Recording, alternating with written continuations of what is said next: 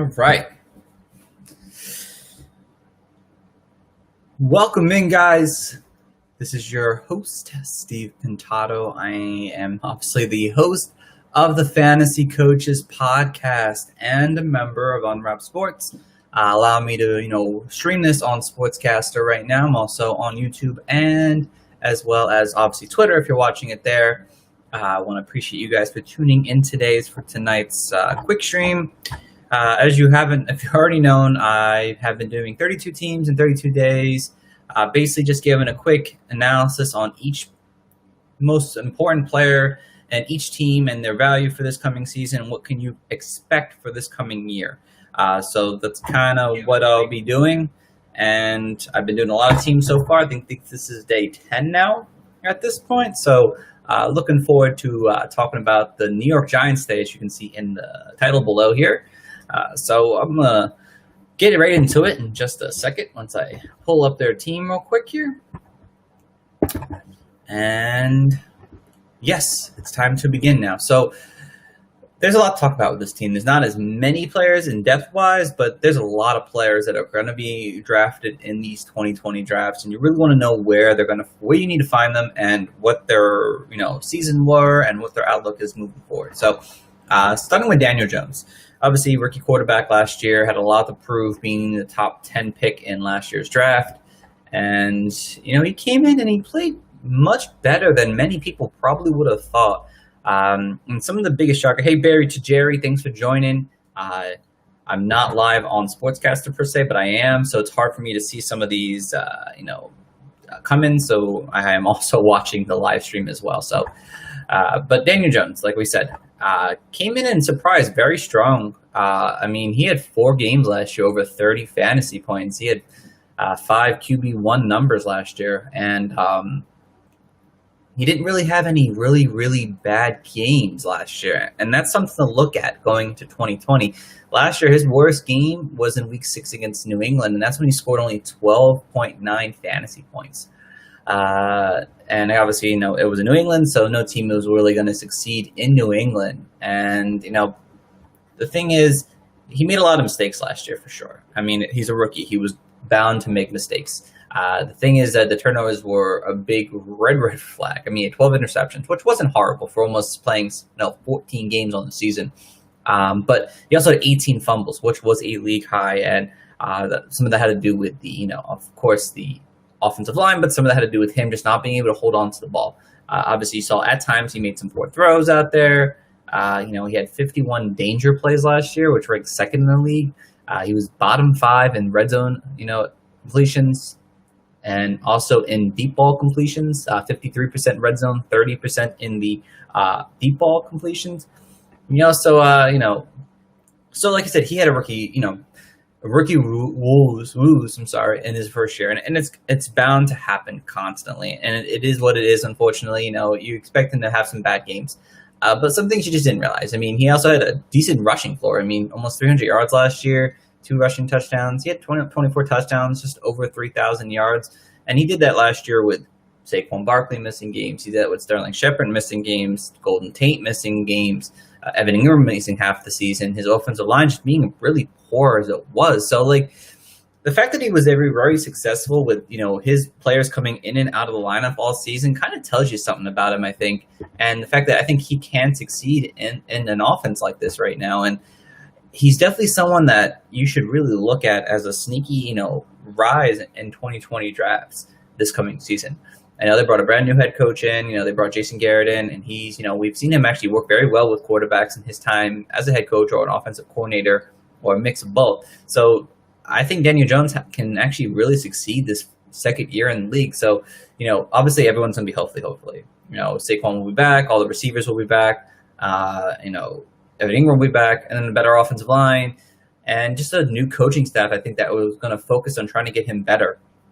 And so when you look in this 2020, drafts right now, he's definitely someone worth drafting in a one quarterback league, even in the 10 to 12 man league.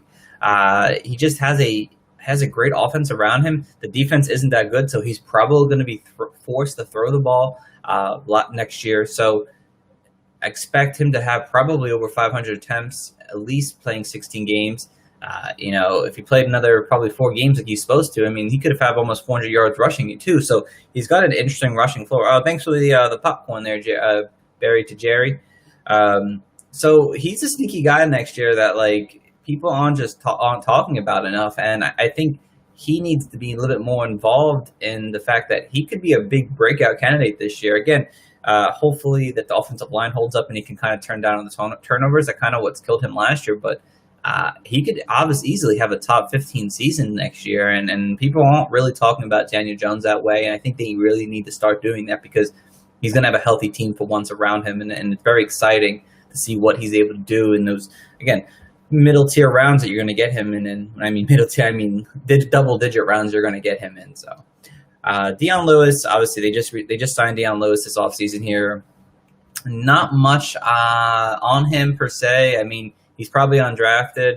If you want to draft him as the handcuff, go for it. I would really recommend it. I know Saquon got hurt last year, but I think Saquon will be good to go and have a pretty healthy season. I would assume Dion Lewis would be the backup, and he's had in his career opportunities to see a bigger workload, especially in New England. So if that was the case, Dion Lewis would probably be the guy I'd want to pick up. Plus, he has that passing ability. I don't see him having a big passing ability with Saquon being able to do that. So him being there, I think, is just a veteran move overall, just to have basically just a stable backfield in case Saquon probably goes down. And that's really it. He's an undrafted guy. Saquon Barkley, though.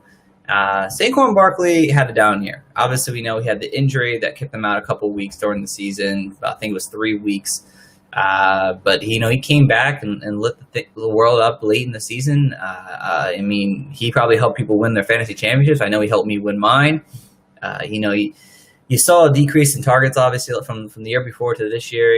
Eli Manning was probably more entitled to throw the ball, dip it, than I think Daniel Jones will this coming season. So while he still has a pretty solid, I think, receiving floor, don't expect what he saw and when he had in 2018. I don't know if he's going to get to those big numbers. Hey, Cubs fan and Open Heart, thanks for joining. Appreciate that.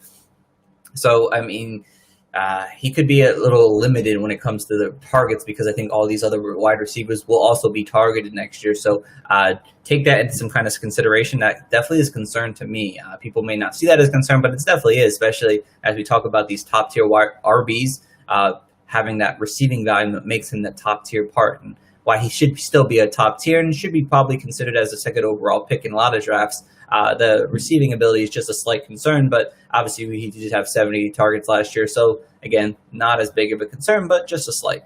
Again, Barkley is going to be the focal point. He's going to be getting the ball at least 250 times next year in an offense that wants to be old school a little bit and run the ball probably. I expect Saquon to be firmly okay as long as the injury doesn't come back and bite him. But I mean, it seemed like he was pretty healthy as they talked about it this offseason. So should be a pretty solid second pick in the draft. I said you could take him first if you want to, if you think McCaffrey's efficiency is going to come down that much. But Saquon, I think, is a pretty relatively safe pick. He had his injury-plagued season already. I don't expect it to come back.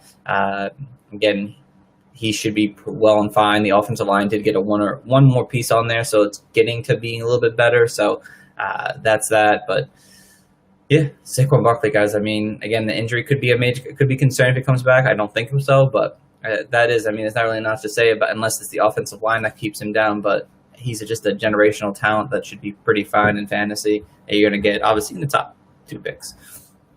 Then going to the wide receivers.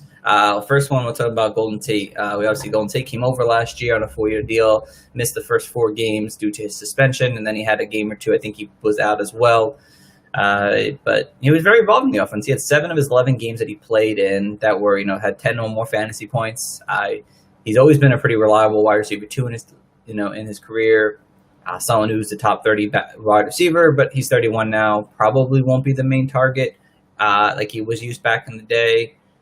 But he saw pretty consistent targets, averaging 7 per game, which was being the third option in the passing game. I mean, Evan Ingram's back, and obviously, Barkley's back, so that could kind of limit him just a little bit. I don't think he's going to get to 100 targets this coming year if everyone's healthy, but it's definitely someone worth drafting, I think, still. And it's mostly because, again, this team just can't stay healthy. Sterling Shepard has dealt with injuries. Evan Ingram obviously has dealt with injuries every year. So if these injuries continue to show up like they have been, Golden Tate becomes a pretty, solid wide receiver 3 that you're probably getting as your wide receiver 4 or 5 in fantasy this year in those double-digit rounds. Obviously, he had somewhat of a connection with Daniel Jones last year, having 600 yards and 6 touchdowns still.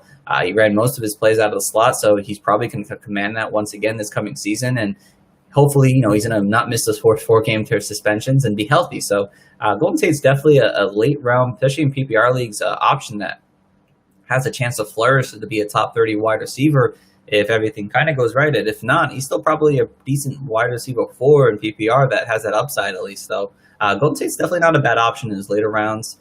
Darius Slayton.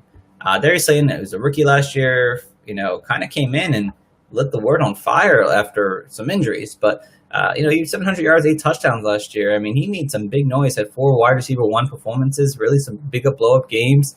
It was real interesting. He seemed to have a real good connection with Daniel Jones overall. Again, going into year 2, the skies could be the limit for him. I'm a little down on him, unfortunately. And it's mostly due to the touchdowns. He had 8 touchdowns as a rookie. And since 2015, only 3 other rookie wide receivers, had 8-plus touchdowns in seasons. Michael Thomas, Sterling Shepard, and Calvin Ridley. All of them saw significant drops in touchdowns going into year 2. I mean, obviously, Slayton did more when Shepard, Tate, and Ingram were all kind of off the field for most of the season. So imagine them all back. I just don't see him seeing the same target share that he once saw like he did. Again, injuries could occur, but we always don't want to rely on injuries with talking about a guy who people are taking in those single-digit rounds, and that's an issue for me.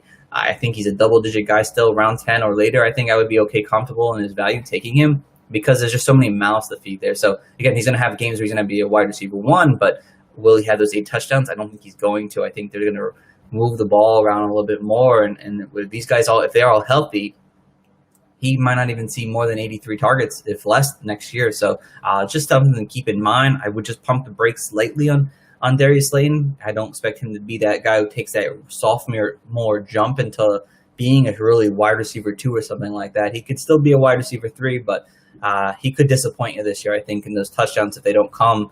Again, 48 receptions and had 700 yards. It's a bit much. It's a bit too efficient for me. I would just be somewhat cautious when it comes to Darius Slayton in 2020. Still draftable guy, but just don't expect him to be that top-tier guy that we saw late last year.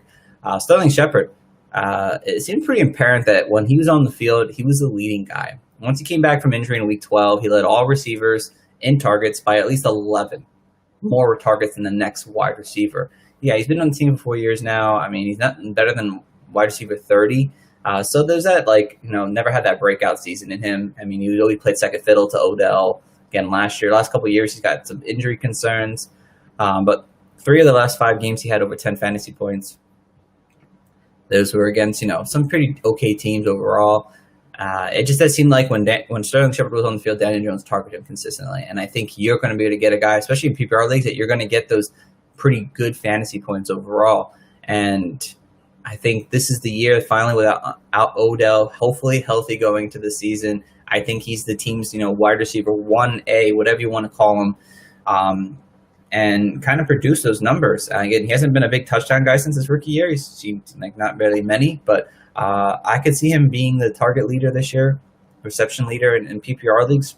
I'd say a pretty solid wide receiver 3 or 4 that you get around that 9, 10, 11 range and be pretty happy with it, I think, overall. He just needs to stay healthy, and that's the big concern. That's why you can't take him any earlier. I wouldn't want to because of that risk. But, again, he has a shot to really do some damage in fantasy football. He's had at least 80 targets now in 4 straight seasons, so expect that to happen this year and possibly see over 100 this coming season if he can play 16 games. So I like Sterling Shepard as a guy who could possibly have a breakout season in his 5th year. Keaton Smith was the backup to Evan Ingram last year, and when Evan Ingram kind of went down later in the season, Smith started producing. From week 13 to 16, he was tight end 11. He put up 18 fantasy points in the championship week. He was very involved, and Daniel Jones seemingly liked to throw to the tight end position, and he put up some decent numbers, and won't be someone I'm worried about drafting. Hey, Steph Lever, 2983, thanks for joining. Appreciate that. Won't be someone I'm looking to draft, of course, right now because Evan Ingram will be back, but in mid-season, if he's sitting out there, or if he's sitting out there in Dynasty right now, guys, I'd pick him up because Evan Ingram has known to not stay healthy, and obviously we saw when he went out, Caden Smith was very involved in the offense. So I would want to go out and get a guy like that if he's down there on your waivers at least, or in your redraft people. If you're in mid-season, if you still Evan Ingram goes down, Caden Smith is a guy you want to snag on your bench at that point, because he seemed to be really productive and have that kind of chemistry with Daniel Jones when he was the main guy. So not draftable, but sorry guys. Still want to keep your eyes on for the 2020 season. And then last but not least, Evan Ingram. And it pains me to really talk about Evan Ingram because he's such a dominating tight end. He just hasn't stayed on the field. He continues to play less and less each year due to injuries. He just can't stay on the field. But when he's on the field, he's a stud.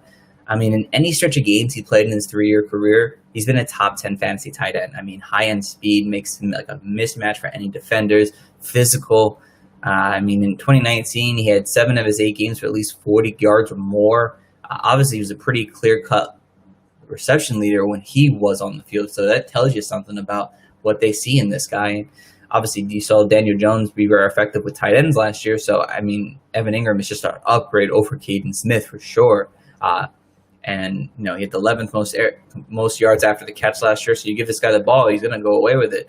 And he still managed to be a top 20 tight end last year, missing half the season. So that kind of tells you what kind of production he's able to put up on the season, even without being there half the year. So when you go after a guy like Evan Ingram, you're going to have to expect that he's going to get hurt. And you don't want to expect that, but you have to a little bit with this guy because he's just been injured every year. I really wouldn't want to take him because I'm going to know that he's probably going to get hurt. If you take him, I would really want to grab someone else who's efficient to take over it in case this happens. Or go get Caden Smith. But in round 7, 8, 9, 7's a little rich for my blood, but 8 or 9, if he's sitting there, I wouldn't mind taking him. Again, most times he probably won't because people want to grab him. But if he happens to slip in drafts and you see him there in round 8, go and snag him because he has the opportunity to be a dominant tight end. It's just about him being on the field.